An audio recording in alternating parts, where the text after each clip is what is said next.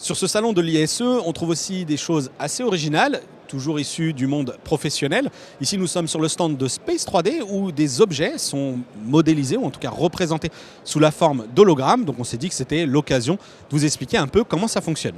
Dans cette configuration, en fait, alors cette basket qui tourne, eh bien, elle est générée par 3 écrans LCD en fait classiques ici intégrés dans ce carter métallique, et c'est la propriété de ces vitres semi-réfléchissantes qui, par convergence, puisqu'elles sont toutes inclinées à 45 degrés, va permettre d'obtenir cet objet ici représenté de manière holographique.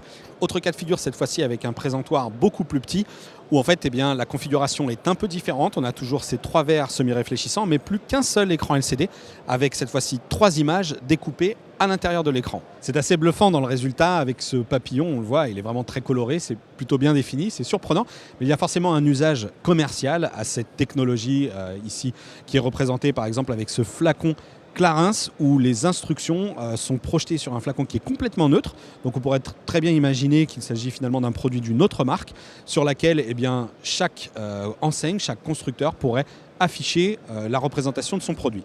De l'hologramme, on va cette fois-ci glisser vers la 3D sans lunettes. On connaissait des systèmes avec des télés sur lesquels on installait des caméras censées détecter en fait l'espacement des yeux et générer ainsi des images pour avoir une notion de cette sensation de perspective.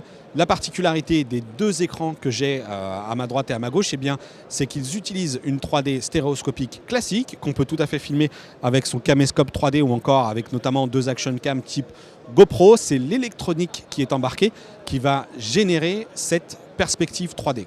Le problème, c'est qu'une fois qu'on a utilisé cette 3D side by side et qu'on l'a décomposée en 8 images, ça provoque naturellement une perte de qualité qui est assez visible. Ici, on est à peu près sur un équivalent à 720p. Sur le modèle 22 pouces, c'est à peu près du VGA.